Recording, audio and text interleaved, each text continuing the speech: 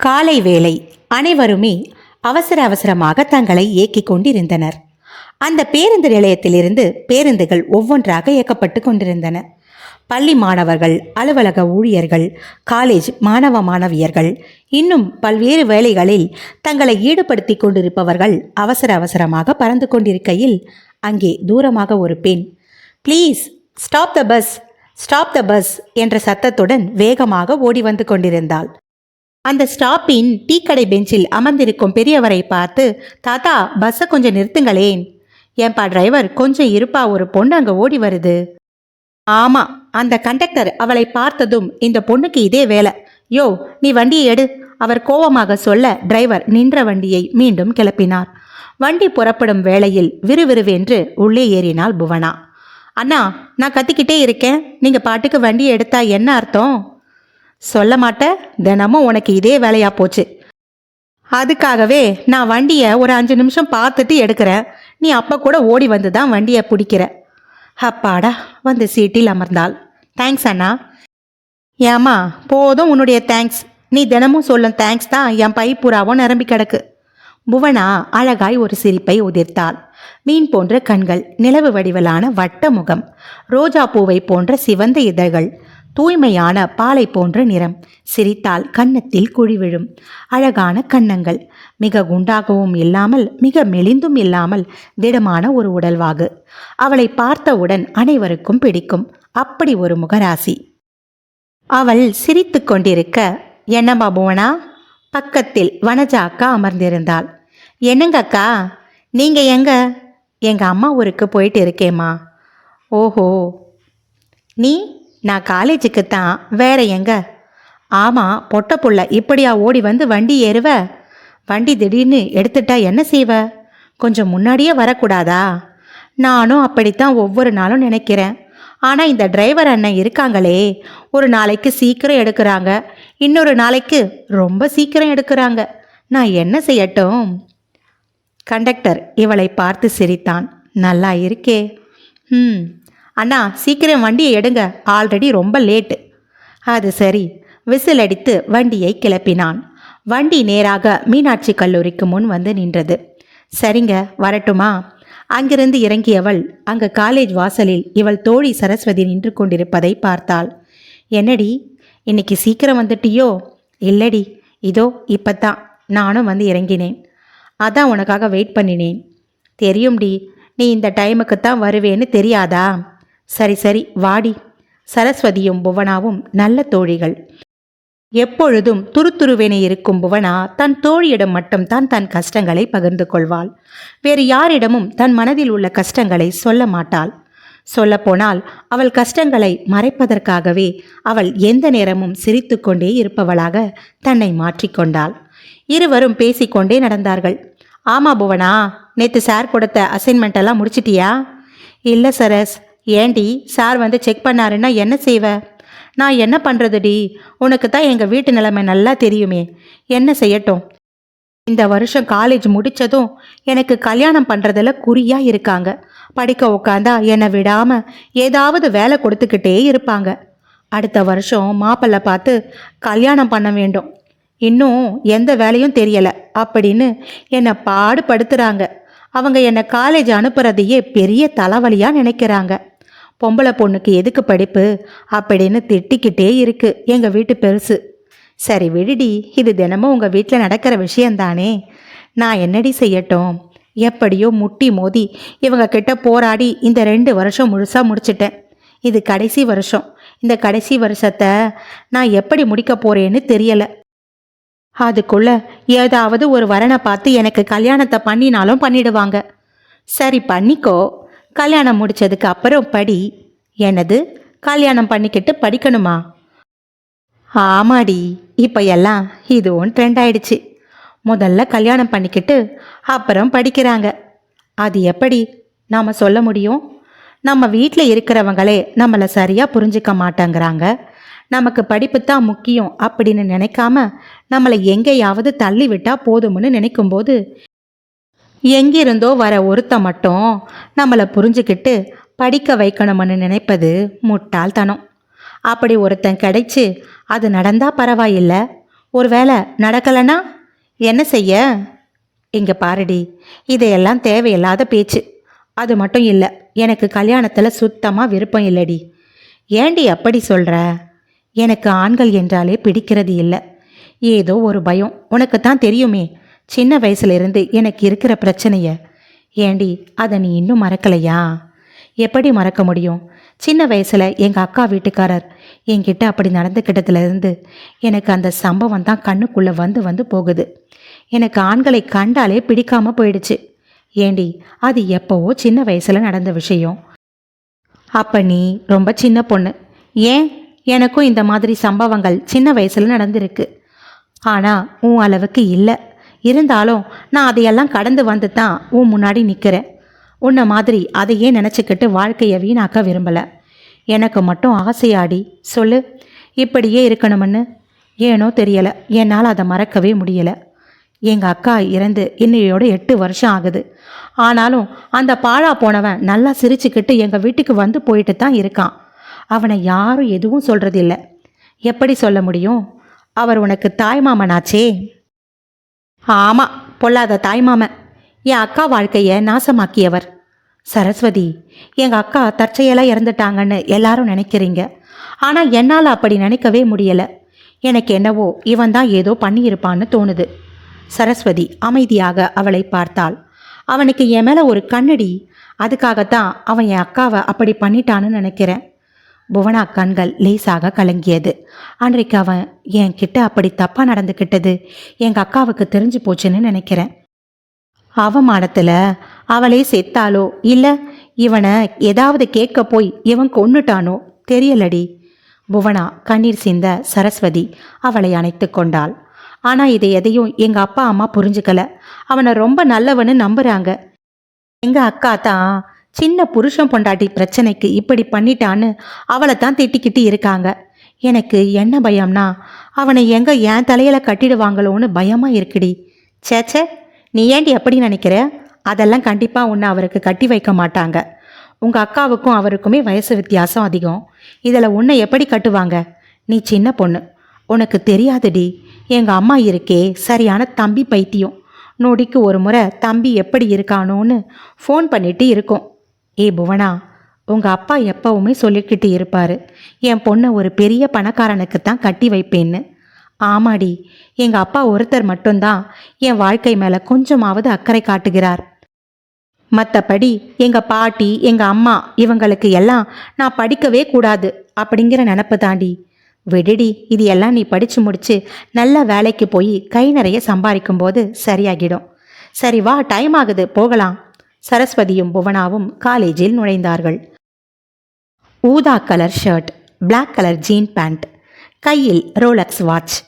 காற்றில் படரும் தன் கேசத்தை வருடியபடியே குறும்புத்தனமான ஒரு ஆணழகன் அந்த வகுப்பில் நுழைந்தான். மிகவும் வசதி படைத்தவன். இந்த காலேஜ் மட்டுமல்ல, இந்த ஊரில் பல சாம்ராஜ்யங்கள் அவனின் தந்தையுடையது. விஷால் கொஞ்சமல்ல, நிறையவே கர்வம் பிடித்தவன். பணத்தால் எதையும் சாதித்து விடலாம் என்ற எண்ணம் கொண்டவன். ஏ விஷால். ஹாய்டா கௌதம். டேய், கேண்டீன் போகலாம் வாடா. விஷால் எழுந்து வெளியே போகவும் புவனா உள்ளே நுழையவும் இருவரும் ஒருவரோடு ஒருவர் மோதிக்கொண்டனர். ஆ, சாரி. விஷால் சாரி சொல்ல புவனா அனல் பார்வையுடன், ஹலோ, அறிவிருக்கா உங்களுக்கு? இப்படியா வேகமாக வருவீங்க? விஷால் அவளை கோபமாக பார்த்தான். ஏய், நீ பார்க்காம வந்துட்டு என்ன கத்திக்கிட்டு இருக்க? ஹலோ, நீ வா போன்னு பேசுனீங்க, மரியாதை இருக்காது. இதை பாருடா, இந்த அம்மா காலேஜ் ப்ரொஃபஸரு. வணக்கம் மேடம். ஏய், என்ன பயம் விட்டு போச்சா? நான் யாருன்னு தெரியுமில்ல? இங்கே பாருங்க, இது உங்கள் காலேஜாக இருக்கலாம். அதுக்காக நீங்கள் எப்படி வேணுமெனாலும் நடந்துக்கலாமா? டேய், என்னடா நீ இவ்வளவு கிட்ட எல்லாம் பேசிக்கிட்டு? நீ வாடா. கௌதம் அவள் கையை பிடித்து மடக்கினான். ஏய், என்னங்கடி திமுறா? சரஸ்வதி கௌதமை பிடித்து தள்ளினாள். கௌதம் தடுமாறி கீழே விழ விஷால் சரஸ்வதியை ஊங்கி ஒரு அறை விட புவனா விஷாலை பலார் என்று அறைந்தாள். விஷாலுக்கு சற்றே தலை சுற்றி நினைவு எங்கோ சென்று மீண்டும் திரும்பியது. கௌதம் அவளை முறைத்து கொண்டே முன்னேற, ஏய் அங்கே நில்லு, ஒரு அடி எடுத்து வச்ச உன் குறவளையை கடிச்சு துப்பிடுவேன். என்னங்கடா, ஏதோ நம்ம கூட படிக்கிற பசங்கன்னு மரியாதை கொடுத்தா ரொம்ப ஓவரா போறீங்க, அவ்வளவு தான் பார்த்துக்கோங்க. தன் கை விரலை ஆட்டி அவர்களை மிரட்டிவிட்டு உள்ளே சென்றாள் புவனா.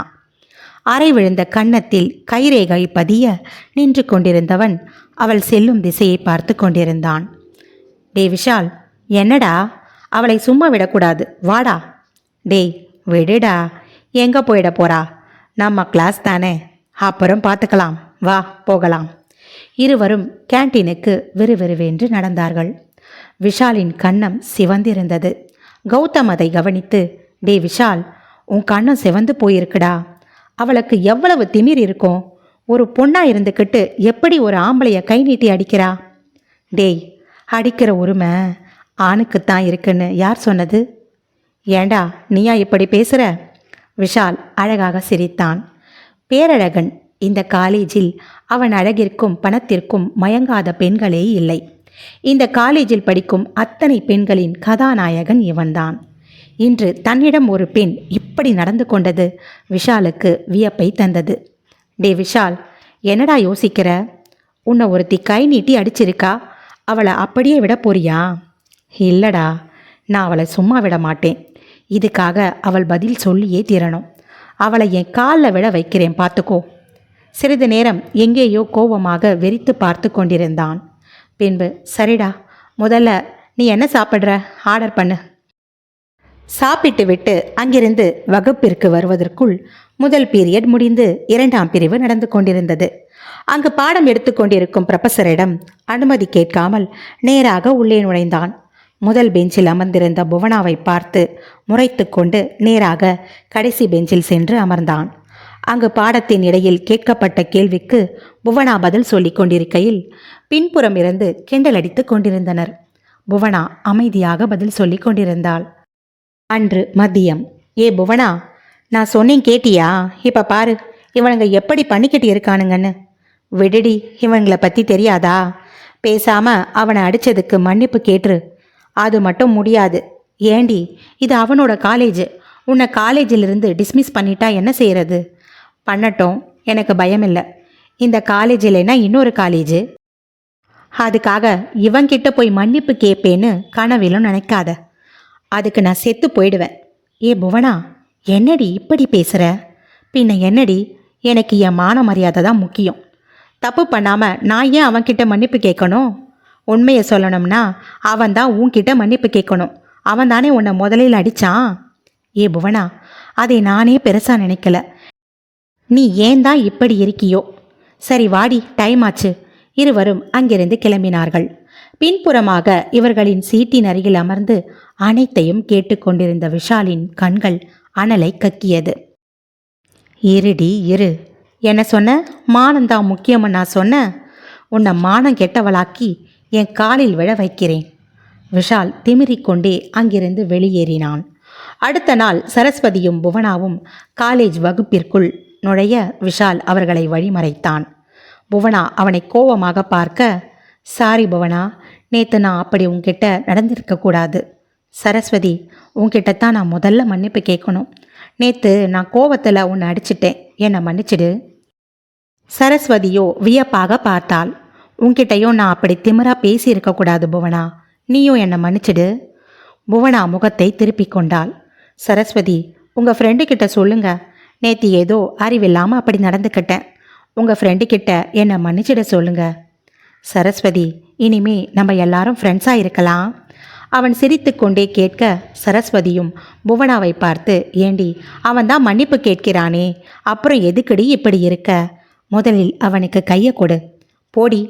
புவனாவோ அவனை திரும்பி கூட பார்க்காமல் நேராக வகுப்பறைக்குள் நுழைந்து முன்புறம் தன் பெஞ்சில் அமர்ந்தாள். விஷால் சிரித்துக்கொண்டே பின்புறமாக சென்று கடைசி பெஞ்சில் அமர்ந்தான். புவனாவிடம் தன் நட்பினை தொடர ஒவ்வொரு நாளும் இப்படியே தினமும் ஏதாவது ஒரு குறும்பினை செய்து கொண்டே இருந்தான்.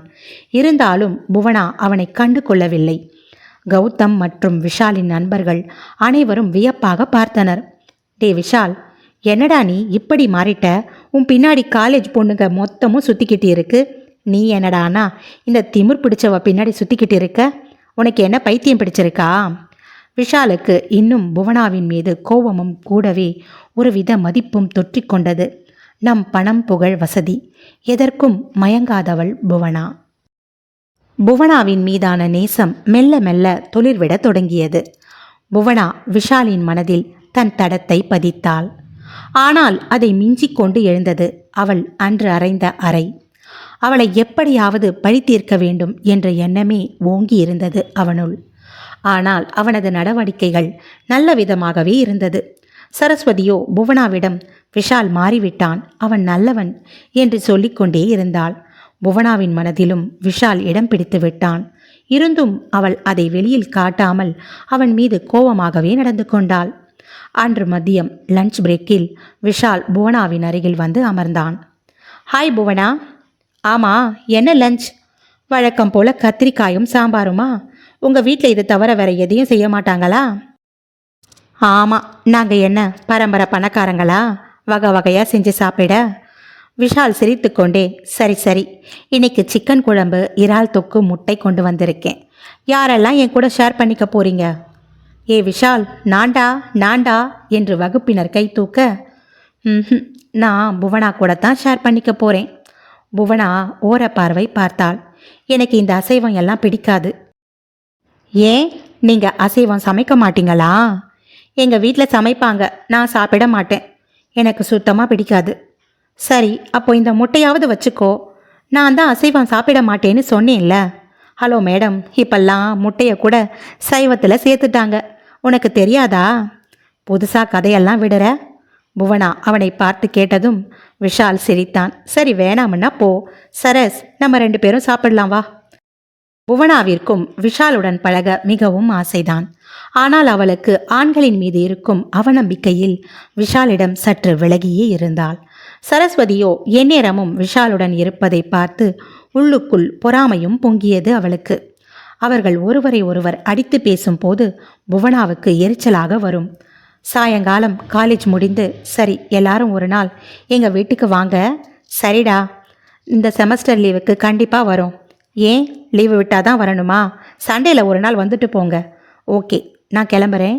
புவனாவை தோளில் இடித்து விட்டு பாய் என்றதும் புவனா செல்லமாக கடிந்து கொண்டாள். இவனை பெத்தாங்களா இல்லை செஞ்சாங்களான்னு தெரியல. பொழுதுக்கும் இவன் தொல்லை பெருசாக போச்சு. ஏ புவனா, பொய் சொல்லாத.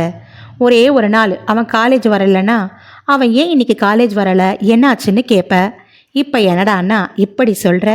இங்கே பாரு புவனா, இன்னும் ஒரு மாதத்தில் காலேஜ் முடிஞ்சிடும். அதுக்குள்ளே உன் மனசில் இருக்கிறத சொல்லிடு. உன்னை நீயே ஏமாத்திக்காத. எனக்கு தெரியும் புவனா, விஷாலை நீயும் காதலிக்கிற. நான் அவன் கூட க்ளோஸாக பேசும்போது உன் கண்ணில் தெரியும் பொறாமையே சொல்லும். அதனால தான் நானும் விஷாலும் உன்னை வெறுப்பேத்தி பார்த்தோம். அடி போடி. புவனா உள்ளுக்குள் சிரித்தாள். புவனா புவனா. அன்று ஞாயிற்றுக்கிழமை. புவனா நன்றாக உறங்கிக் கொண்டிருந்தாள். புவனாவின் அம்மா ரேணுகா கத்திக் கொண்டிருந்தாள். அம்மாடி புவனா, எழுந்துருமா, விடிஞ்சு ரொம்ப நேரமாகுது. ஏண்டி, பாட்டி கூப்பிடுறது உன் காதில் விழல? மணி 10 ஆகுது. ஒரு பொம்பளை பொண்ணு இவ்வளவு நேரமா தூங்குவ? எழுந்துரு.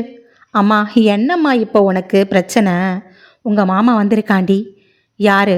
என் தம்பி சிதம்பரம் வந்திருக்கான். அந்த ஆளை இப்போ எதுக்கு இங்கே வந்தான்? ஏய், ஒன்று போட்டேனா பாரு. எழுந்து ஒழுங்கா வெளியே வா. அவன் வந்தா வந்துட்டு போட்டோம். இப்போ என்ன எதுக்கு கூப்பிடுற? இப்படி மரியாதை இல்லாமல் பேசாதன்னு எத்தனை முறை சொல்லியிருக்கேன். வா, வந்தவங்களை வான்னு சொல்லிட்டு போ. அவன் உன்னைத்தான் கேட்டுக்கிட்டு இருக்கான். அவன் என்ன பார்க்கத்தானே இங்கே வரான். என்னடி, எழுந்திருச்சு வா. ஏன், நான் கூப்பிட்டு தான் அவர் இங்கே வந்தாரா?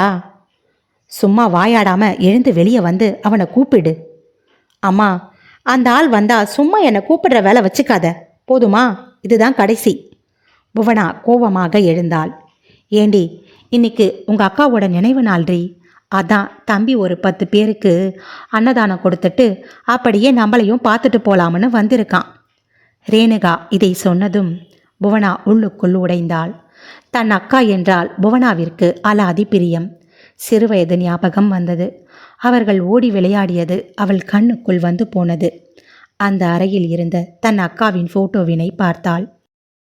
அதில் தன் அக்காவினை கட்டிக்கொண்டு அவள் அழகாக போஸ் கொடுத்து நிற்பதை பார்த்து அழுதாள் புவனா. அக்கா, நீ இவனை கட்டிக்கலன்னா எங்கேயாவது நிம்மதியாக சந்தோஷமாக இருந்திருப்ப. போயும் இந்த ஆளை கட்டிக்கிட்டு உன் வாழ்க்கையே பாழா போச்சே. நம்ம வீட்டில் இருக்கிற ஒருத்தருக்கு கூட புத்தி இல்லை. இந்த ஆள் குணமும் சரியில்லை, ஆளும் சரியில்லை. இவனால தான் நீ செத்து போன, எனக்கு தெரியும். இது தெரியாமல் அவனை நம்பிட்டு இருக்காங்க. இந்த ஆளோட சுயரூபம் எனக்கு மட்டும்தான் தெரியும். வெளியே சொல்ல முடியாமல் நான் தினம் தினம் புழுங்கிட்டு இருக்கேன். இவர் இந்த வீட்டுக்கு வர்றது போகிறது எனக்கு சுத்தமாக பிடிக்கலை. அக்கா, ஃபோட்டோவில் இருக்கும் தன் அக்காவிடம் தன் மனதில் இருப்பதை விழியின் வழியே கடத்தி கொண்டிருந்தாள் புவனா. அம்மாடி புவனா, இதோ வரேன் பாட்டி. நேராக அறையிலிருந்து வெளியே வந்தவள் சுந்தரம் ஹாலில் அமர்ந்திருப்பதை பார்த்து, வாங்க மாமா, எப்போ வந்தீங்க? எப்படி இருக்கீங்க? சுந்தரம் அவளை ஏற இறங்க பார்த்துவிட்டு, நல்லா இருக்கேன் புவனா. உன்னுடைய படிப்பெல்லாம் எப்படி போகுது? நல்லா போகுது. சுந்தரம் அவளை உற்று பார்த்தான். போன தடவை பார்த்ததை விட இந்த தடவை குட்டி ஜோரா இருக்காளே. அவன் பார்வையில் உள்ள வக்கரத்தை புரிந்து கொண்டவள் உடனே அங்கிருந்து விலகி உள்ளே சென்று தன் நைட்டியின் மீது ஷாலை போட்டுக்கொண்டு வந்தாள். சரிடா, டிஃபன் ரெடி ஆயிடுச்சு, சாப்பிடுவா. கோழிக்கறி குழம்பு, இட்லி, தோசை ஒரு பிடி பிடித்தான் சுந்தரம். திமிர் பிடித்தவன் எப்படி சாப்பிட்றான் பாரு. எங்கள் அக்காவை வாழ விடாமல் பண்ணிட்டு இவன் மட்டும் நல்லா வாழ்ந்துட்டு இருக்கானே. புவனா உள்ளுக்குள் வெடித்தாள். ஏண்டி ரோகிணி, இன்னும் 2 இட்லி வெயிடி மாப்பிள்ளைக்கு, சாப்பிட்டாரு பாரு. இந்த கிழவிக்கு ஏதாவது அறிவு இருக்கா? புவனா அங்கு நிற்க முடியாமல் உள்ளே சென்றாள். சாப்பிட்டு முடித்ததும் சுந்தரம், சரி அக்கா, நான் கிளம்புறேன்.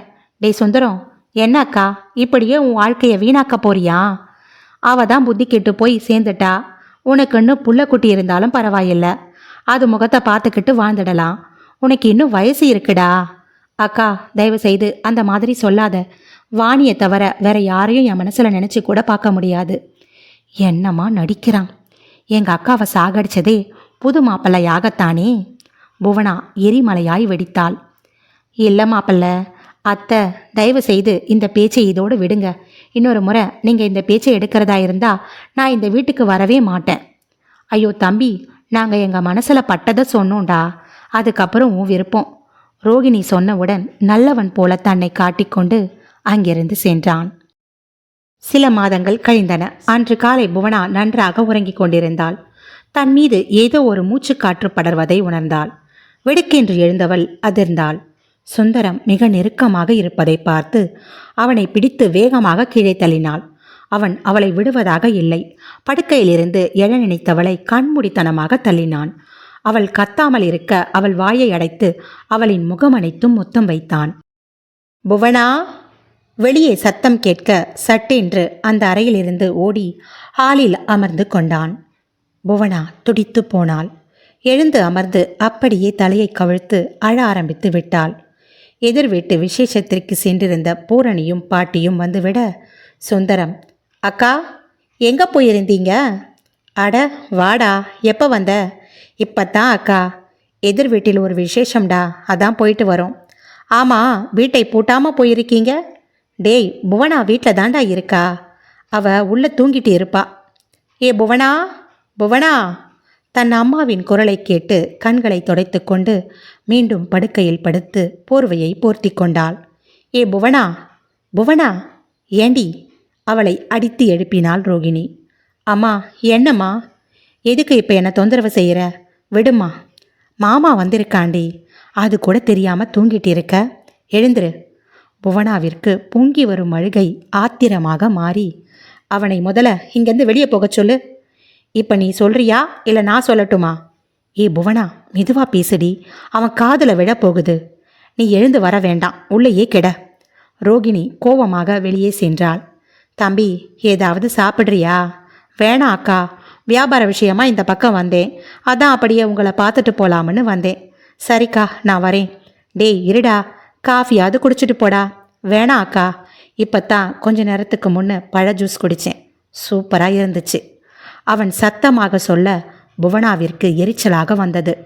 அன்று இரவு முழுவதும் அதை நினைத்து நினைத்து உறக்கம் இல்லாமல் தவித்தாள். அடுத்த நாள் காலேஜில் விஷாலை பார்த்தவள் ஓடி வந்து அவனை அணைத்து கொண்டாள். புவனா, புவனா, என்னாச்சு? எதுக்கு அழுகிற? என்னாச்சு புவனா? அங்கு அனைவரும் கூடிவிட்டனர். அங்கு வந்த சரஸ்வதி புவனாவை அவனிடமிருந்து பிரித்தாள். ஏ புவனா, இந்த காலேஜே உங்களை தான் வேடிக்கை பார்க்குது. உடனே தூரமாக சென்றவள் அருகில் வந்த விஷாலிடம், சாரி விஷால், என் மனசு சரியில்லை, அதான் உன்னை பார்த்ததும் ஏதோ தெரியாமல் இப்படி நடந்துக்கிட்டேன். ஏ புவனா, பரவாயில்லை. நமக்கு மனசு சரியில்லைன்னா நமக்கு யாரை பிடிக்குமோ அவங்களைத்தான் நம்ம மனசு தேடும்னு சொல்லுவாங்க. அங்கிருந்து புவனா வெட்கத்துடன் தன் வகுப்பிற்குள் ஓடினாள். விஷால் சிரித்து கொண்டே வந்தான். அவளின் அருகில் அமர்ந்த சரஸ்வதி, ஏய் புவனா, என்னடி ஆச்சு உனக்கு இன்னைக்கு? ஏன் இப்படி நடந்துக்கிட்ட? சிறிது நேரம் அமைதியாக இருந்த புவனா பின்பு நடந்த விஷயத்தை அவளிடம் கூறினாள். சரஸ்வதிக்குள் கோபம் எரிமலையாய் வெடித்தது. என்னடி சொல்ற? நீ அவனை சும்மாவா விட்ட? வேற என்னை என்ன செய்ய சொல்ற? சொன்னா யாரு நம்புவா? இத வெளியே சொல்ல எனக்கு அசிங்கமா இருக்குடி. ஏண்டி, இந்த அசிங்கத்தை செய்த அவனுக்கே குற்ற உணர்வு இல்லை, உனக்கு என்னடி? புவனா அவள் மடியில் சாய்ந்து கொண்டாள். அன்றிலிருந்து விஷால் புவனா இருவருக்குள்ளும் ஏதோ ஒரு இனம் புரியாத பிரியம் துளிர்விட்டது. ஒவ்வொரு நாளும் அவள் தன்னை அழகாக அலங்கரித்து கொண்டு காலேஜ் போவதை பார்த்த ரோகிணிக்கு வியப்பாக இருந்தது. புவனாவிடம் மிகவும் நெருக்கமானான் விஷால். இருந்தும் அவள் எல்லை மீற அனுமதிக்கவில்லை. இறுதி ஆண்டின் தேர்வுகள் நடந்தது. புவனா நல்ல முறையில் தேர்வுகளை எழுதினாள். அம்மாடி புவனா. அப்பா, என்னப்பா? தன் தந்தை விநாயகம் கையில் இனிப்புடன் சந்தோஷமாக ஓடி வர, அம்மாடி, நீ ஃபர்ஸ்ட் கிளாஸில் பாஸ் பண்ணிட்டடா. புவனா சந்தோஷத்தில் தன் தந்தையை கட்டி தழுவி கொண்டாள்.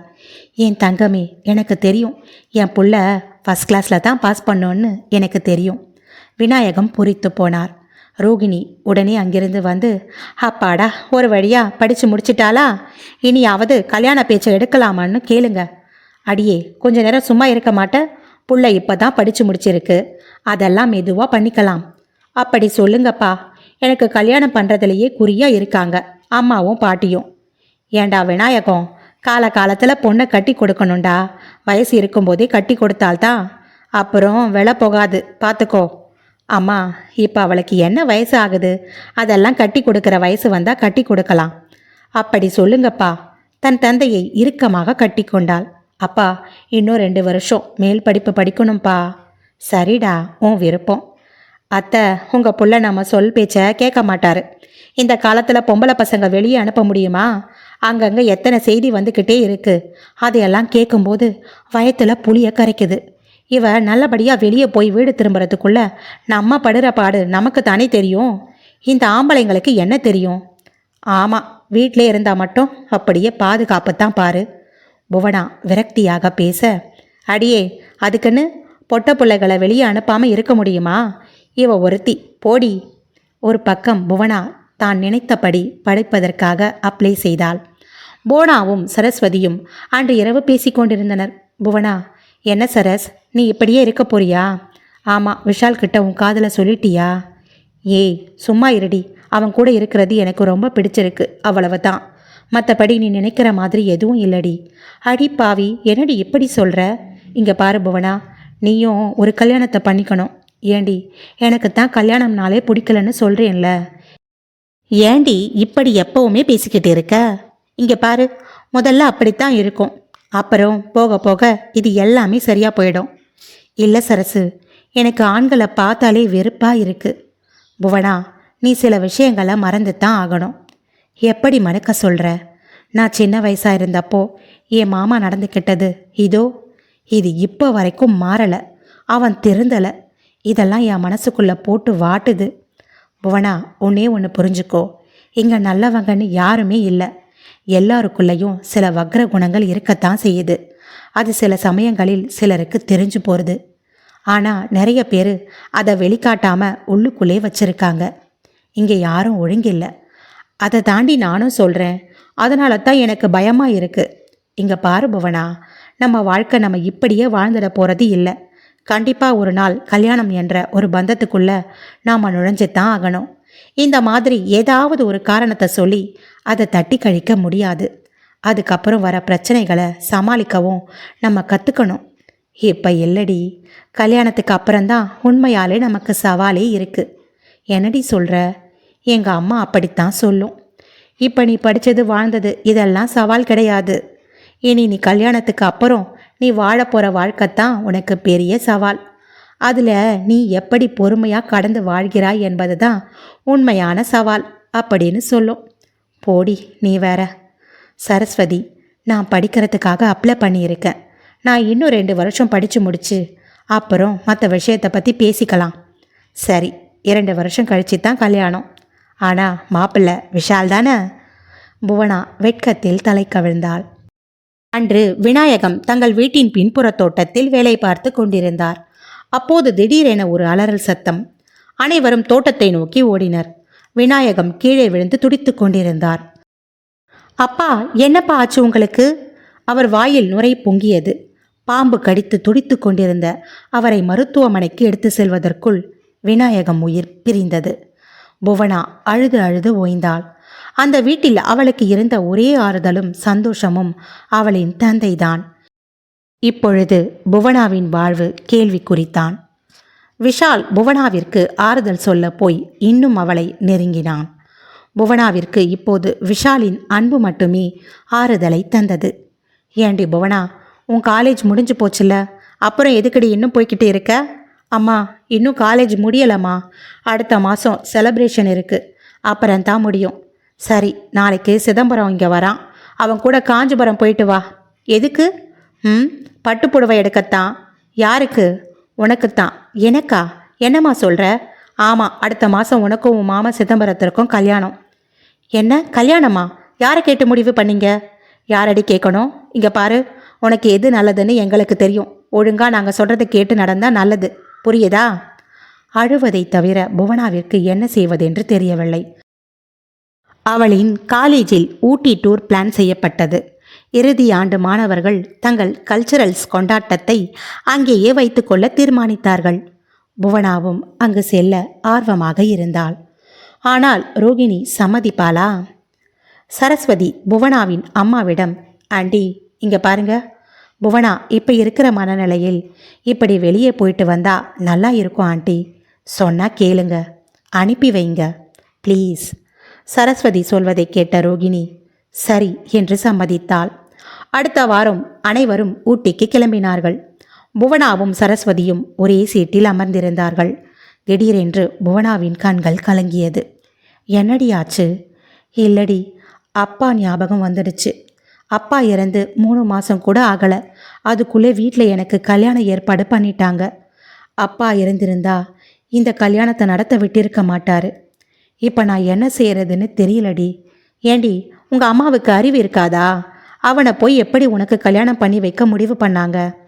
இதில் உங்கள் அம்மாவை மட்டும் தப்பு சொல்ல முடியாது, உன்னையும் தான் சொல்லணும். என்னடி சொல்கிற? பின்ன என்னடி? நீ முதல்ல உங்கள் அம்மா கிட்ட நடந்த விஷயத்த சொல்லு. எனக்கு எப்படி சொல்கிறதுன்னே தெரியலடி. சொன்னாலும் எங்கள் அம்மா நம்புமான்னு தெரியலை. எங்கள் அம்மா சரியான தம்பி பைத்தியம். இப்போ நீ என்னத்தான் முடிவு பண்ணியிருக்க? அதாண்டி எனக்கும் புரியலை. பேசாமல் விஷால் கிட்ட உன் காதலை சொல்லிடு, அவன் பார்த்துக்குவான். இங்கே பாரு புவனா, இந்த சந்தர்ப்பத்தை பயன்படுத்தி இங்கேயே விஷால் கிட்ட உன் மனசில் இருக்கிறத தெளிவாக சொல்லிடுடி. இங்கே பாரு, நீங்கள் 2 பேரும் கல்யாணம் பண்ணிக்கிட்டா சந்தோஷமாக இருப்பீங்க. ஒரு தோழியாக நானும் ரொம்ப சந்தோஷப்படுவேன். புவனா அமைதியாக இருந்தாள். விஷாலிடம் பேச சந்தர்ப்பம் கிடைக்குமா என்று எதிர்பார்த்து கொண்டிருந்தாள். வண்டி நேராக ஒரு ஓட்டலின் முன்பு நின்றது. 2 பெண்களுக்கு ஒரு அறை, 2 ஆண்களுக்கு ஒரு அறை என்று ரூம் எடுக்கப்பட்டிருந்தது. ஆனால் விஷால் அவனுக்காக தனி அறை எடுத்துக்கொண்டான். அன்று இரவு அனைவரும் ஓய்வு எடுத்தனர். மறுநாள் காலை ஊட்டியில் உள்ள அனைத்து இடங்களையும் சுற்றி பார்த்து கொண்டிருந்தனர். மலர் கண்காட்சியில் மலர்களை பார்த்து கொண்டிருந்தாள் புவனா. மலர்கள் எல்லாம் வெயிலில் தாக்கத்தில் வாடி இருந்தது. அடடா, என்ன இது, நம்மை விட அழகாய் ஒருத்தி இருக்காளே. உன்னை பார்த்து பூக்கள் எல்லாம் தலையை கவிழ்த்து கொண்டது புவனா. புவனா திரும்பி பார்த்தாள். அங்கு விஷால் வந்து நின்றான். என்ன புவனா, நான் சொன்னது சரிதானே? இங்க பாரு, பூவெல்லாம் தலை கவிழ்ந்திருக்கு. புவனா லேசான புன்னகையுடன், அட சும்மா இருங்க, வெயிலுக்கு வாட்டமா இருக்கு. இல்லை இல்லை, நம்ம விட அழகா ஒருத்தி நம்மளுக்கு போட்டியா வந்துட்டாளேன்னு வாட்டமா இருக்கு. விஷால் அழகாக சிரித்தான். பேரழகனான அவன் சிரிக்கும் பொழுது அவன் கன்னத்தில் அழகாய் குழி விழுந்தது. புவனா விஷாலையே பார்த்து கொண்டிருந்தாள். தன்னை அவள் இப்படி பார்ப்பதை பார்த்த விஷால் அவள் அருகினில் நெருங்கினான். புவனா, உண்மையை சொல்லு, உனக்கு என்ன பிடிக்கும் தானே? புவனா வெட்கத்தில் தலை கவிழ்ந்தாள். அவளின் முகத்தை மேலே தூக்கி, சொல்லு புவனா, நீ என்ன லவ் பண்ணுற தானே? பருவம் தரும் மாற்றத்தில் புவனா மட்டும் தப்ப முடியுமா? வெட்கத்தில் தலையை அசைத்தாள். ஆமாம். சொல்லிவிட்டு ஓடியவளை, புவனா நில்லு நில்லு புவனா என்று விஷால் துரத்தி வந்தான். தமிழ் புரொஃபசர் கண்களில் அவர்கள் பட்டுவிட அவர் இருவரையும் அழைத்து கண்டித்தார். புவனா அமைதியாக நின்றிருந்தாள். அன்று இரவு மாணவர்கள், ஆசிரியர்கள் அனைவரும் அந்தாக்ஷரி விளையாடி கொண்டிருந்தனர். புவனாவின் கண்கள் விஷாலையும், விஷாலின் கண்கள் புவனாவையும் பார்த்து கொண்டே இருந்தது. விஷாலின் கையில் பந்து நின்றது. இம்முறை விஷால் பாட வேண்டும். பாடினான். 20 கோடி நிலவுகள் கூடி பெண்ணானதோ, என் எதிரே வந்து புன்னகை செய்ய கண் கூசுதோ. அனைவரும் கைகளை தட்டினர். இம்முறை புவனா, சந்தா ஓ சந்தா, இவள் சம்மதம் தந்தாள். உள்ளுக்குள் காதல் செடி வளர்த்தாள். முட்டுக்கு மூடியிட்டு மறைத்தாள். இனிமேலும் திரைப்போட வழி இல்லையே, உன் காதல் பிழை இல்லையே. அனைவரும் கைகளை வேகமாக தட்டினர். புவனா விஷாலை பார்த்து வெட்கத்தில் சிரித்தாள். அங்கு அனைவருக்கும் குளிர்பானங்கள் அளிக்கப்பட்டது. விஷாலின் நண்பன் கௌதம், விஷால் சிறிது நாட்களாக தங்களை கண்டு கொள்ளாமல் புவனாவின் பின்னாலேயே சுற்றி திரிந்து கொண்டிருப்பதால் எரிச்சல் அடைந்தான். புவனா குடிக்கின்ற குளிர்பானத்தில் மயக்க மருந்தை கலந்து கொடுத்தான். விஷாலையும் தனியாக அழைத்துச் சென்று அவனை நன்றாக குடிக்க வைத்தான். விஷால், டே விஷால், என்னடா இங்கேயே படுத்துட்ட? எழுந்துடா, உன் ரூமுக்கு போடா, மணி என்ன ஆகுது பாரு. போடா, நாங்களும் இதோ எங்கள் ரூமுக்கு கிளம்புறோம். மெதுவாக அடிமேல் அடி வைத்து நடந்த விஷாலை பிடித்து தன் பக்கம் இழுத்தான் கௌதம். டேய், ஒரு ரூமில் உனக்கு ஒரு சர்ப்ரைஸ் இருக்குது. என்னது சர்ப்ரைஸா? ஆமாடா, ஒரு ரூமில் போய் பாரு. விஷால் புரியாமல் கௌதமை பார்க்க, என்னடா அப்படி பார்க்குற? நீ தானடா சொல்லுவ அந்த திமிர் பிடிச்சவள். அதாண்டா அந்த புவனாவை எப்படியாவது பழி வாங்கணும்னு சொல்லுவியே, அவளை அழ வைக்கணும்னு சொல்லுவியே. அதற்கு இன்னைக்கு நல்ல வாய்ப்பு. என்னடா சொல்கிற? ஆமாடா, அதுக்கு தான் நான் ஒரு பிளான் பண்ணி வச்சுருக்கேன். விஷால் குழப்பமாய் கௌதமை பார்க்க, புவனா குடிக்கிற ஜூஸில் மயக்க மருந்து கலக்கிட்டேன். என்ன மயக்க மருந்து கொடுத்தியா? விஷாலுக்கு அதிர்ச்சியாக இருந்தது. என்னடா சொல்கிற? அமர்ந்திருந்தவன் சரையிலென எழுந்தான். ஆமாடா, அந்த ஜூஸை குடிச்சிட்டு புவனா தள்ளாட்டமாக நடந்தா. நான் தான் நம்ம மாலினி கிட்ட அவளை மெதுவாக அழைச்சிட்டு போய் உன் ரூமில் விட சொல்லியிருக்கேன். போடா போ. நாளைக்கு காலையில் அவள் கதறுகிற கதறல் இந்த ஊர் முழுக்க கேட்கணும். கௌதம் சொல்லிவிட்டு சிரித்தான். விஷாலுக்கு கோபமாக வந்தது. கௌதமை ஓங்கி அறை விட்டான். உனக்கு அறிவிருக்கா? ஏண்டா இப்படி பண்ண? உன்னை யார் இப்படி பண்ண சொன்னது? விஷால், நீ தானடா சொன்ன. மறந்துருச்சா? அவளை எப்படியாவது பழி வாங்குவேன்னு சொன்னியே. ஆமாம் சொன்னேன், நான் தான் சொன்னேன். அவளை முதலில் சந்திக்கிறப்போ எனக்குள்ளே அப்படி ஒரு எண்ணம் இருந்துச்சு சொன்னேன். ஆனால் அவள் கூட பழக பழக எனக்கு அந்த எண்ணமெல்லாம் எப்பயோ மாறிப்போச்சுடா. நான் உண்மையிலேயே அவளை நேசிக்க ஆரம்பிச்சிட்டேன். என்னடா சொல்கிற? ஆமாடா, புவனாவை நான் உயிருக்கு உயிராக நேசிக்கிறேன். அவள் இல்லைனா நான் இல்லை. இது தெரியாமல் இப்படி பண்ணிட்டியேடா. அவளுக்கு மட்டும் ஏதாவது ஆச்சு, நான் உன்னை சும்மா விட மாட்டேன், பார்த்துக்க. அவன் சட்டையை பிடித்தவன் கௌதமை கீழே தள்ளிவிட்டு விறுவிறுவென்று தன் அறையை நோக்கி ஓடினான். அங்கு சென்று கதவை திறந்தபோது அது திறந்திருந்தது. உள்ளே சென்று பார்த்தவன் இடிந்து போனான். புவனா அலங்கோலமாய் படுக்கையில் இருந்தாள்.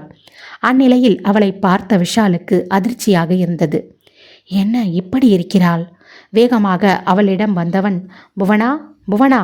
அவளை எழுப்ப முயற்சிக்க அவள் இன்னும் மயக்க நிலையில்தான் இருந்தாள். அவள் உடைகள் அனைத்தும் கலைக்கப்பட்டிருந்தது.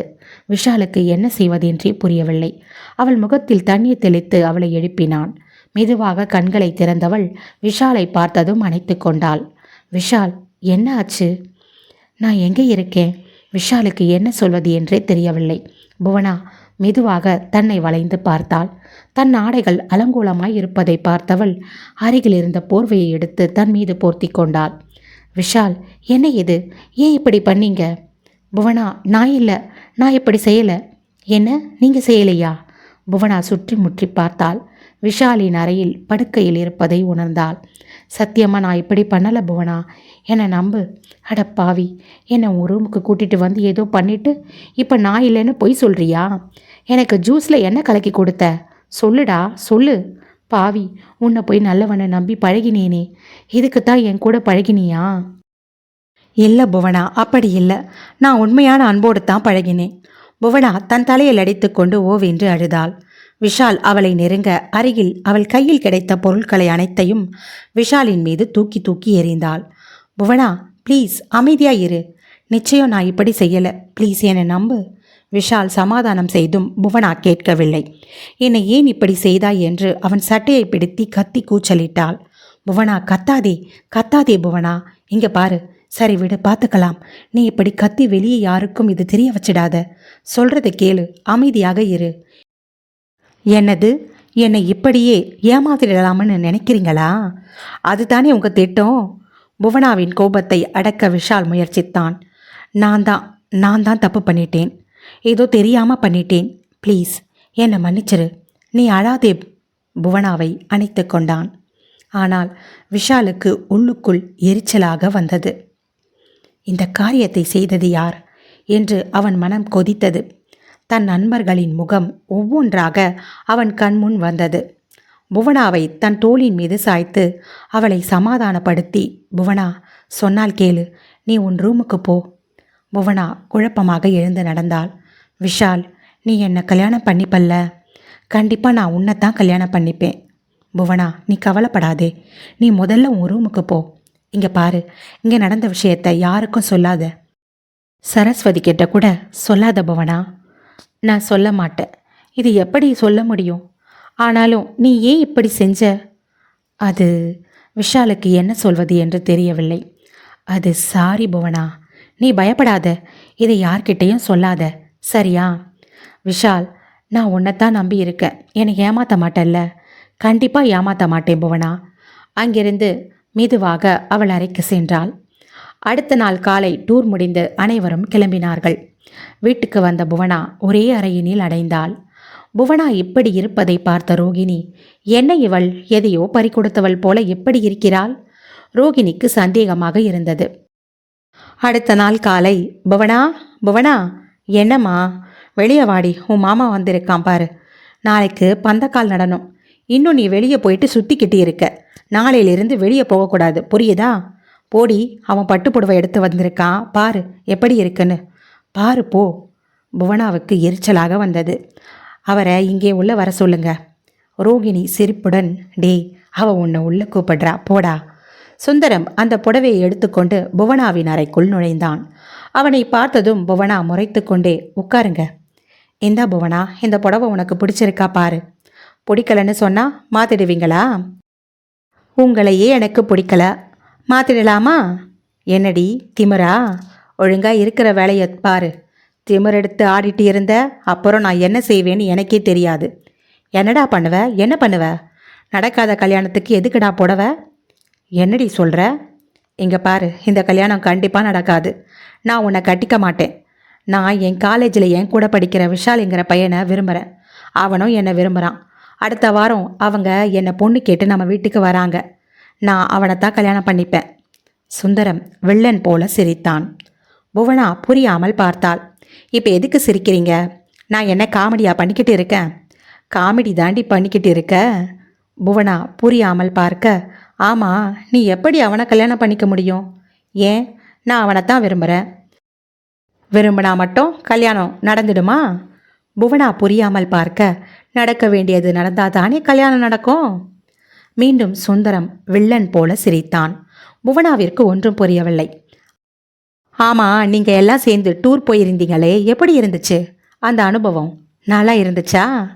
புவனா இமைக்காமல் அவனையே பார்த்து கொண்டிருந்தாள். நீ வீட்டில் வந்து அழுதுட்டு இருப்பேன்னு பார்த்தா பரவாயில்லையே, நல்லா தெளிவாக தாண்டி இருக்க. புவனாவிற்கு ஒன்றும் புரியவில்லை. அவன் என்னத்தான் சொல்கிறான்? அம்மா, ஊருக்கு போன இடத்துல அன்னைக்கு நைட்டு என்ன நடந்தது ஞாபகம் இல்லையா புவனா? சுந்தரம் இப்படி கேட்டதும் புவனாவிற்கு தூக்கி வாரி போட்டது. அவள் பிரம்மை பிடித்தவள் போல அப்படியே அமர்ந்திருந்தாள். என்ன நடந்தது? எல்லாம் மறந்து போச்சா? சரி, நானே சொல்கிறேன். நான் உன்னை பார்க்க உன் வீட்டுக்கு வந்தேன். நீ டூர் போயிருக்கேன்னு அக்கா சொல்லுச்சு. நானும் விசாரிச்சுக்கிட்டு அங்கே வந்தேன். அங்கே பார்த்தா நீ ரொம்ப சந்தோஷமாக ஒருத்தன் கூட சிரித்து பேசிகிட்டு இருந்த. நானும் உன்னை ஃபாலோ பண்ணி உன் பின்னாடியே வந்தேன். அந்த ஊட்டியில் நீ அவன் கையை பிடிச்சிக்கிட்டு சுற்றிக்கிட்டு இருந்த. அவன் உன்னை வர்ணிக்கிறான், நீ வெக்கப்படுற. அவன் ஐ லவ் யூ சொன்னால் நீயும் ஆமான்னு சொல்லி ஓடுற. என்னை என்ன பைத்தியக்காரன்னு நினச்சியா? இதெல்லாம் பார்த்துக்கிட்டு நான் சும்மா இருப்பேன்னு நினச்சியா? அன்றைக்கி நைட்டு அங்கே சில பசங்க பேசிக்கிட்டு இருந்தாங்க. நான் நைஸாக அவங்க பக்கத்தில் போய் உட்காந்து அவங்க பேசிக்கிட்டு இருந்ததை கேட்டேன். அவனுங்க நீ குடிக்கிற ஜூஸில் மயக்க மருந்தை கலந்திருக்காங்கன்னு தெரிஞ்சுக்கிட்டேன். உன்னை ஒரு பொண்ணு கைத்தாங்களா அந்த ஹோட்டலுக்கு கூட்டிகிட்டு போகிறத பார்த்தேன். நானும் பின்னாலே வந்தேன். அவ ஒரு அறையில் உன்னை விட்டுட்டு போயிட்டா. அந்த அறைக்குள்ளே நான் வந்தேன். புவனா இதை கேட்டு பேரதிர்ச்சியானாள். அப்புறம் என்ன? உள்ளே வந்து தாழ்பால் போட்டு உன்னை பார்த்தா நீ நல்ல மயக்கத்தில் இருந்த. அவன் ஆக்ரோஷமாக சிரித்தான். புவனாவின் உடலெங்கும் வியர்த்து கொட்டியது. என்ன செல்லம் அப்படி பார்க்குற? அப்புறம் ஐயாவோட வேலையை ஆரம்பிச்சிட்டேன். என்ன ஒரு வாரம் தள்ளி போய் நடக்க வேண்டிய முதலிரவு அன்னைக்கு நடந்துருச்சு. இதை கேட்ட புவனாவிற்கு அழுகை பீறிட்டு வந்தது. என்னடி, என்னை ஏமாத்திட்டு இன்னொருத்தனை கல்யாணம் கட்டிக்கலாம்னு பாத்தியா? அதற்கு நான் விட்டுடுவேனா? புவனாவின் கழுத்தை தூக்கி பிடித்து நிறுத்தினான். நான் உயிரோடு இருக்கிற வரைக்கும் அது ஒரு நாளும் நடக்காது. நீ எனக்குத்தான், எனக்கு மட்டும்தான். என்னை தவிர வேற எவனும் உன்னை நெருங்க விட மாட்டேன். பட்டுப்புடவைய அவள் முகத்தில் தூக்கி எறிந்தான். ஒழுங்கா வாங்கி வந்த பட்டுப்புடவையை கட்டிக்கிட்டு அமைதியாக உட்காந்து என் கையால் உன் கழுத்துக்கு தாலி கட்டிக்கிற வழியை பாரு. வரட்டா? சொல்லிவிட்டு சுந்தரம் அங்கிருந்து வெளியேறினான். புவனா ஓவென்று அழுதாள். அவளுக்கு என்ன செய்வதென்றே புரியவில்லை. அவள் பித்து பிடித்தவள் போலிருந்தாள். சிறிது நேரத்தில் உள்ளே வந்த ரோகிணி அவள் இருக்கும் நிலையை பார்த்து, புவனா என்னாச்சுமா? எதுக்குமா இப்படி அழுகிற? என்னம்மா ஆச்சு? அம்மா, எனக்கு இந்த கல்யாணம் வேண்டாம், எனக்கு இந்த கல்யாணம் வேண்டாம்மா. ஏம்மா, எதுக்குமா இப்படி சொல்கிற? புவனா என்ன சொல்வது அறியாமல் திணறினாள். அவளுக்கு அழுவதை தவிர பேச முடியவில்லை. அம்மாடி புவனா, ரோகிணிக்கும் மனசு பாரமாக இருந்தது. ஏன் இப்படி அடம் பிடிக்கிறாள்? ரோகிணியின் மனசாட்சி அவளை கொத்தி கிழித்தது. பிடிக்காத ஒருத்தனை இவள் தலையில் கட்டிவிட்டு நாம் குழந்தையின் வாழ்க்கையை நாமே நாசமாக்க வேண்டுமா? தம்பி நல்லவன்தான், இருந்தாலும் இவளுக்கு அவனை பிடிக்கவில்லையே, என்ன செய்வது? ரோகிணி குழம்பினாள். புவனா எதுவும் பேசாமல் அழுது கொண்டே இருக்க ரோகிணி சரஸ்வதியை அழைத்தாள். என்னங்க ஆண்டி? என்னன்னு தெரியல சரஸ்வதி, அவள் அழுதுகிட்டே இருக்கா. நீ வந்து கொஞ்சம் என்னன்னு பாருமா. சரஸ்வதி வந்தாள். ஏ புவனா, என்னடியாச்சு? ஏன் இப்படி அழுகிற? சரஸ்வதியை பார்த்ததும் அவளை கட்டி கொண்டு அழுதாள். என்னடியாச்சு? அன்று அங்கு நடந்த அத்தனை விஷயங்களையும் சொன்னாள். இன்று அவளின் மாமா தன்னிடம் சொன்னதையும் சரஸ்வதியிடம் சொன்னாள். சரஸ்வதிக்கும் மிக அதிர்ச்சியாக இருந்தது. அவளுக்கும் தலை சுற்றியது. சரஸ்வதிக்கு என்ன பேசுவது தெரியவில்லை. அவள் அமைதியாக புவனாவையே பார்த்தாள். அப்போ நான் கண் விழித்து பார்க்குறப்போ என் எதிரில் விஷால் தாண்டி இருந்தான். என்னை அவன்தான் தண்ணி தெளித்து எழுப்பினான். நானும் அவன்தான் என்னை ஏதோ பண்ணிட்டான்னு தப்பாக நினச்சிட்டேன்டி. அவன் சொன்னான் நான் தப்பு செய்யலைன்னு. ஆனால் நான் நம்பலடி. கடைசியில் என் மாமன்தான் இப்படி பண்ணியிருப்பான்னு நான் நினைக்கல சரசு. இப்போ நான் என்ன செய்கிறது? விஷால் முகத்தில் நான் எப்படி முழிப்பது? இன்னும் 4 நாளில் எனக்கும் எங்கள் மாமாவுக்கும் கல்யாணம். பேசாமல் நான் அவனையே கல்யாணம் பண்ணிக்க வேண்டியது தான். லூசாடி நீ? இங்கே பாரு, நீ என்ன தப்பு செஞ்ச? மனசறிஞ்சி நீ யாருக்கும் எதுவும் பண்ணலை. உனக்கு எதுக்கடி தண்டனை? ஒரு பொண்ணுக்கிட்ட எப்படி நடந்துக்கணும்னு தெரியாமல் அசிங்கமாக நடந்துக்கிட்ட அந்த மிருகத்தை கல்யாணம் பண்ணிக்கிறத விட நீ காலம் முழுவதும் இப்படியே இருந்துடலாம். இப்படி செஞ்சா அவன் நம்மளை தவிர வேற யாரையும் கல்யாணம் பண்ணிக்க மாட்டாங்கிற திமிரில் தான் அவன் இப்படி நடந்துக்கிட்டான். இங்கே பாரு புவனா, முதல்ல நீ உன் மனசை தெளிவாக வச்சுக்க. இங்கே பாரு, நீ எந்த தப்பும் பண்ணலை. உண்மையை சொல்லணும்னா அவனை நிற்க வச்சு கல்லால் அடிக்கணும். புவனா சரஸ்வதியின் மடியில் முகம் புதைத்தாள். இல்லடி, நான் அவனையே கல்யாணம் பண்ணிக்கிறேன். இல்லைன்னா அவன் இதை வெளியில் சொல்லி என் மானத்தை வாங்கிடுவான். அவன் என்ன செய்கிறான்னு பார்க்கலாம், விடு. அவனை கல்யாணம் பண்ணிக்கிட்டு உன் வாழ்க்கை நாசமாவதற்கு நான் ஒரு காலமும் அனுமதிக்க மாட்டேன். சரஸ்வதி புவனாவின் முகத்தில் முத்தம் வைத்தாள்.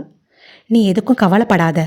இங்க பாரு, இதை யார்கிட்டேயும் சொல்லிடாதடி, புரிஞ்சுதா? சரிடி. விஷாலும் இதைத்தான் சொன்னான். முதல்ல விஷால் கிட்ட பேசுவோம். என்ன பேச சொல்கிற? விஷால் உன்னை கண்டிப்பாக ஏற்றுக்குவாண்டி. அவன் உண்மையிலே உன்னை நேசிக்கிறான். சி, சும்மா இருடி. என்னை நினச்சா எனக்கே அசிங்கமாக இருக்குது. நான் கல்யாணம் பண்ணிக்காம இப்படியே வேணுமானாலும் வாழ்ந்துருவேனே தவிர விஷாலை கல்யாணம் பண்ணிக்க மாட்டேன். இங்கே பார் புவனா, நீ அப்படி சொல்லாதடி. அங்கங்கே தப்பு செஞ்சவங்களே எந்த குற்ற உணர்வும் இல்லாமல் சந்தோஷமாக வாழுறாங்க. உனக்கு என்னடி? நீ என்ன தப்பு செஞ்ச? விஷால் உன்னை உண்மையாக நேசிக்கிறான். எனக்கு தெரியும், அவன் கண்டிப்பாக உன்னை ஏற்றுக்குவான். முதல்ல நம்ம அவன்கிட்ட பேசுவோம்டி. வேணாம் சரசு, வேணாம். என் மாமன் சும்மா இருக்க மாட்டான். கண்டிப்பாக அவன் ஏதாவது தகராறு பண்ணுவான். எல்லார் முன்னாடியும் என்னால் அசிங்கப்பட முடியாது. இங்கே பாரு புவனா, அன்னைக்கு அந்த ரூமில் விஷால் இருந்தான்னு சொல்கிற. அப்போது அவனுக்கும் எல்லாம் தெரிஞ்சு தானே இருக்கு. புவனா ஒரு நிமிடம் யோசித்தாள். ஆமாம், அவனுக்கும் எல்லாம் தெரிஞ்சு தான் இருக்கும். இந்நேரம் அவனும் நான் கெட்டுப்போன பொண்ணுன்னு முடிவு பண்ணி இருப்பான். புவனா வீறிட்டு அழுதாள். நீ அப்படி நினைக்காதடி. அப்படி நினைக்கிறவனா நான் தான் தப்பு பண்ணேன்னு ஒத்துக்குவான்? புவனா அமைதியாக யோசித்தாள். அன்று அந்த அறையில் விஷால் இவளிடம் நடந்து கொண்டது அவள் கண்முன் வந்து போனது. இங்கே பாரு புவனா, இது நீயும் விஷாலும் உட்கார்ந்து பேச வேண்டிய விஷயம். மற்றதெல்லாம் அப்புறம் பேசிக்கலாம். புவனா, இப்போதைக்கு இது யார்கிட்டையும் சொல்லாத. உங்கள் அம்மா கிட்ட கூட சொல்லாத. நான் சாயங்காலம் மறுபடியும் வரேன். நீ முதல்ல அமைதியாக யோசிச்சு ஒரு நல்ல முடிவாக எடு. பயப்படாத. பெண்களோட முதல் பலவீனமே இந்த பயம்தான். அதை தூக்கி தூர போடு. கொஞ்ச நேரம் அமைதியாக படுத்து தூங்கு சொல்லிவிட்டு அங்கிருந்து சென்றாள் சரஸ்வதி. சரஸ்வதி விஷாலுக்கு ஃபோன் செய்து நடந்த எல்லாவற்றையும் சொன்னாள். ச்சே, என்னடா இது? தெரியாமல் நான் என் ஃப்ரெண்ட்ஸை எல்லாம் போட்டு அடிச்சிட்டேன். என்னடா சொல்கிற? அவங்க எல்லார்கிட்டேயும் விஷயத்த சொல்லிட்டியா? இல்லை சரஸ்வதி, நான் சொல்லலை. அவளுக்கு ஏன் மயக்க மருந்து கொடுத்தீங்கன்னு தான் அடித்தேன். என்னால் வெளிப்படையாக கேட்க முடியலை. நல்ல வேலை பண்ண. விஷால், இப்போ நீ வந்து அவகிட்ட சமாதானம் பேசலைன்னா அவள் என்ன முடிவு எடுப்பாளோன்னு எனக்கு பயமாக இருக்குது. வேற ஏதாவது தப்பான முடிவு எடுத்துட்டா? கவலைப்படாத சரஸ்வதி, நான் உடனே வரேன். நான் வந்து அவகிட்ட பேசுகிறேன். நீ அவளை கொஞ்சம் உங்கள் வீட்டுக்கு கூட்டிட்டு வா. சரிடா. புவனாவை சரஸ்வதி தங்கள் வீட்டிற்கு அழைத்து வந்தாள். சரஸ்வதியின் அம்மா வீட்டில் இல்லை. விஷாலும் அங்கு வந்தான். விஷாலை பார்த்த புவனாவிற்கு அழுகை பொங்கியது. ஓடி வந்து அவனை அணைத்து கொண்டாள். புவனா, அழாத. புவனா, இப்போ எதுக்கு நீ அழுகிற? இங்கே பாரு, நடந்த எல்லா விஷயமும் சரஸ்வதி என்கிட்ட சொல்லிட்டா. நீ என்ன தப்பு செஞ்ச? நீ எந்த தப்பும் செய்யலை. நீ அழ வேண்டிய அவசியமும் இல்லை. நான் அடுத்த வாரம் எங்கள் அம்மாவை வந்து உங்கள் அம்மா கிட்ட பொண்ணு கேட்க சொல்கிறேன். நீ கவலைப்படாத. விஷால், வேண்டாம் விஷால். நான் யாரையும் கல்யாணம் பண்ணிக்க போகிறதில்ல. அந்த படுபாவியை கூட நான் கல்யாணம் பண்ணிக்க மாட்டேன். நான் இப்படியே இருந்துட்டு போகிறேன். புவனா, இங்கே பாரு, நீ இல்லாமல் எனக்கு ஒரு வாழ்க்கையே இல்லை. நான் ஒரு அசிங்கம். உனக்கு நான் பொருத்தமானவள் இல்லை விஷால். உங்கள் அம்மாவுக்கு தெரிஞ்சா என்னை என்ன நினைப்பாங்க? இங்கே பாரு புவனா, எங்கள் அம்மாவுக்கு தெரிய வேணாம். தெரிஞ்சாலும் அவங்க எதுவும் சொல்ல மாட்டாங்க. இருந்தாலும் நீ எங்கள் வீட்டில் வந்து வாழ போகிற. நாளைக்கு மாமியார் மருமகள் எப்படி இருப்பீங்களோ, உன் பலவீனம் அவர்களுக்கு தெரியாமல் இருப்பதே நல்லது. இங்கே பாரு, உன் கழுத்தில் தாலி கட்டு போகிறவன் நான். எனக்கு நீ உண்மையாக இருக்கியா? அது போதும். மற்றதை பற்றி நீ கவலைப்படாத. புவனா, நான் மட்டும் என்ன யோகியமா? உனக்கு என்ன தெரியும் என்னை பற்றி? ஒரு காலத்தில் நான் எவ்வளவு மோசமானவனாக இருந்தேன் தெரியுமா? நானும் பொண்ணுங்க பின்னாடி சுற்றி பொறுக்கியாக திரிஞ்சிருக்கேன். பணம் இருக்கிற திமிரில் ஆடாத ஆட்டமெல்லாம் ஆடியிருக்கேன். அப்படின்னு பார்த்தா நான் தான் அசிங்கம். புவனாவின் கைகளை பற்றி கொண்டான். என்னைக்கு உன்னை பார்த்தேனோ அன்னைக்கே நான் முழுசாக மாறிட்டேன். புவனா, இங்கே பாரு, நீயே உன்னை கஷ்டப்படுத்திக்காத. நீ இந்த மாதிரி இருக்கணும்னு தான் உன் மாமன் இப்படி பண்ணினான். நீ அவனை கட்டிக்குவ அப்படிங்கிற நினைப்பில் தான் அவன் இப்படி நடந்துக்கிட்டான். ஆனால் நீ அப்படி இருக்கக்கூடாது. அவன் முன்னாடி நல்லா வாழ்ந்து காட்டணும். சந்தோஷமாக வாழ்ந்து காட்டணும். அவன் ஏதாவது பிரச்சனை பண்ணா அவன் என்ன பண்ண முடியும்? அவன் பண்ணது அவனுக்கு தான் தெரியும். உனக்கு தெரியும். அவனா சொன்னா கூட யாரும் நம்ப மாட்டாங்க. புவனா அமைதியாக இருந்தாள். இங்கே பாரு, முதல்ல நீ தெளிவாயிரு. புவனா, ஒன்றை மட்டும் புரிஞ்சுக்கோ. தப்பு செஞ்ச அவன்தான் காலம் முழுக்க குற்ற உணர்ச்சியில் அழணும். நீ என்ன தப்பு செஞ்ச? நீ அழ வேண்டிய அவசியம் இல்லை. அவனால் ஒன்றும் பண்ண முடியாது. நம்ம 2 பேர் கல்யாணத்தை ஓரமாக நின்று வேடிக்கைத்தான் பார்க்க முடியும். அதை தவிர அவனால் ஒன்றும் பண்ண முடியாது. திருடனுக்கு தேள் கூட்டினா போல வாயை மூடிட்டு இருக்க வேண்டியது தான். விஷால் இப்படி சொன்னதும் புவனாவிற்குள் ஏதோ ஒரு நிம்மதி. சொல்லிவிட்டு விஷால் அங்கிருந்து சென்றான். இவை அனைத்தையும் ஒரு ஓரமாக நின்று கண்ணீருடன் கேட்டுக்கொண்டிருந்தாள் ரோகிணி. அடப்பாவி, தம்பி தம்பின்னு ஒரு பாம்புக்கு பாலை வார்த்தேனே. அடுத்த நாள் ரோகிணி வீட்டின் முன்பு பெரிய கார் ஒன்று வந்து நின்றது. அதிலிருந்து விஷாலும் விஷாலின் அம்மாவும் இறங்கினார்கள். புவனாவின் அம்மா ரோகிணி வாசலில் வந்து அழைத்தாள். வாங்க, உட்காருங்க. பழத்தட்டுடன் வந்த விஷாலின் அம்மா அதை ரோகிணியிடம் கொடுத்தாள். முதல்ல இதை வாங்கிக்கோங்க. இங்கே பாருங்க, நான் சுற்றி வளைக்க விரும்பலை. உங்கள் பொண்ணு புவனாவை என் பையன் விஷாலுக்கு கேட்க வந்திருக்கேன். உங்கள் அளவுக்கு எங்களுக்கு வசதி. இங்கே பாருங்க, எனக்கு இவன் ஒரே பையன். இவன் சந்தோஷந்தான் என் சந்தோஷம். தட்டில் இருந்த பூவை எடுத்து புவனாவின் தலையில் வைத்தாள். அம்மாடி புவனா, என் பையன் கொஞ்ச நாளா நல்ல பிள்ளையா இருக்கான்னா அது உன்னால தாம்மா. வசந்தி புவனாவை கட்டி தழுவி கொண்டாள். ரோகிணியின் மனம் குளிர்ந்தது. அடுத்த நாள் சுந்தரம் அங்கு வந்தான். உள்ளே சரஸ்வதியும் புவனாவும் சிரித்து பேசிக்கொண்டிருப்பதை பார்த்தான். நேராக உள்ளே வந்தான். அவனை பார்த்த சரஸ்வதி ஆத்திரமாக, நீ எதுக்குடா இங்கே வந்த? வெளியே போ என்றாள். ஏய், யாரடி நீ? எங்கள் வீட்டில் வந்து என்ன வெளியே போக சொல்கிறதுக்கு? மாமா, மரியாதையாக வெளியே போயிடுங்க. இல்லைனா என்னடி பண்ணுவீங்க? ஆமாம், நாளைக்கு மறுநாள் கல்யாணம். இன்னும் வாசலில் பந்தக்கால் நடாமல் இருக்கீங்க. பகல் கனவு காணாத. இந்த கல்யாணம் நடக்காது. இன்னும் 10 நாளில் புவனாவுக்கும் எங்கள் கூட காலேஜில் படிக்கிற பையன் விஷாலுக்கும் கல்யாணம். என்னங்கடி கதை விடுறீங்க? அவள் என்ன தவிர யாரையும் கட்ட முடியாது. ஏன்? அது அவகிட்டே கேளு, சொல்லுவா. அடச்சி, நீ பண்ண காரியத்துக்கு உன்னை இன்னும் போலீஸில் பிடிச்சி கொடுக்காம விட்டு வச்சிருக்காளே, அதை பாரு. சுந்தரம் புரியாமல் பார்த்தான். சரஸ்வதி சுந்தரத்தின் அருகில் வந்து, இங்கே பாருடா, பேசாமல் ஒன்று செய்யி. நேராக போலீஸ் ஸ்டேஷனுக்கு போ. சார், நான் ஒரு பொண்ணை கெடுத்துட்டேன். அவள் என்னை கட்டிக்காமல் ஏமாத்துறா. நீங்கள் வந்து கேளுங்கன்னு போய் சொல்லு. இங்கே பாரு, நீ யார்கிட்ட வேணுமனாலும் போ. போய் கூட்டிட்டு வா. என்ன நடக்குதுன்னு பார்த்துடலாம். சரஸ்வதி சொல்லிவிட்டு சிரித்தாள். புவனாவும் சிரித்தாள். சுந்தரத்திற்கு ஆத்திரமாக வந்தது. இருடி, உங்கள் 2 பேரையும் என்ன செய்கிறேன்னு பாரு. சுந்தரம் அங்கிருந்து ஆத்திரமாக கிளம்பினான். அந்நேரம் அங்கு வந்த ரோகிணி சுந்தரத்தை பின்புறமாக அழைத்துச் சென்றாள். அக்கா, இங்கே என்ன நடக்குது? அதுங்க உள்ள என்னென்னமோ சொல்லுதுங்க. ஆமாம், அடுத்த வாரம் என் பொண்ணுக்கும் அவள் கூட படிக்கிற பையனுக்கும் கல்யாணம். அக்கா, என்ன சொல்கிற? அப்போ ஏன் கல்யாணம்? அடி செருப்பால, உன்னை இன்னும் உயிரோடு விட்டு வச்சிருக்கோமே, அதுவே பெரிய விஷயம். சுந்தரத்தை பிடித்து 2 கன்னங்களிலும் மாறி மாறி அறைந்தாள். பாவி, கூட பிறந்த தம்பின்னு உன்னை நம்பினதுக்கு இப்படி என் குடும்பத்தை அழிக்க நினைக்கிறியே? நீ எல்லாம் மனுஷனாடா? உன்னை போய் இத்தனை நாளாக நல்லவன்னு நினைத்தேனே. என் பெரிய பொண்ணு வாழ்க்கையை நீ தான் நாசமாக்கிட்ட. என் சின்ன பொண்ணையும் இப்படி பண்ணி அவள் வாழ்க்கையும் நாசமாக்க முடிவு பண்ணிட்டியா? நான் உயிரோடு இருக்கிற வரை அது நடக்காது. இனி இந்த ஊர் பக்கமே உன்னை நான் பார்க்கக்கூடாது. எங்கேயாவது கண்காணாத இடத்துக்கு ஓடிடு. இல்லை, என் பெரிய மக சாவில் என் மாப்பிள்ளை மேலே சந்தேகம் இருக்குதுன்னு நான் இப்போவே உன் மேலே போலீஸில் கம்ப்ளைண்ட் கொடுப்பேன். ஒழுங்கா ஓடிடு. இன்னும் கொஞ்ச நேரம் இங்கே நின்ன உன்னை கொன்னுட்டு நான் போலீஸுக்கு போனாலும் போயிடுவேன். போடா. சுந்தரம் அடித்து பிடித்து கொண்டு ஓடினான். அடுத்த நல்ல ஒரு முகூர்த்தத்தில் விஷால் புவனா திருமணம் அரங்கேறியது. புவனாவின் கழுத்தில் விஷால் தாலியை கட்டினான். கெட்டிமேளம் கெட்டிமேளம். பெரியவர்களின் ஆசிர்வாதத்தில் திருமணம் அழகாக நடந்தது. விஷாலும் புவனாவும் ரோகிணி, வசந்தி மற்றும் புவனாவின் பாட்டி கால்களில் விழுந்து ஆசி பெற்றார்கள். புவனா விஷாலினை கண்ணீருடன் பார்த்தாள்.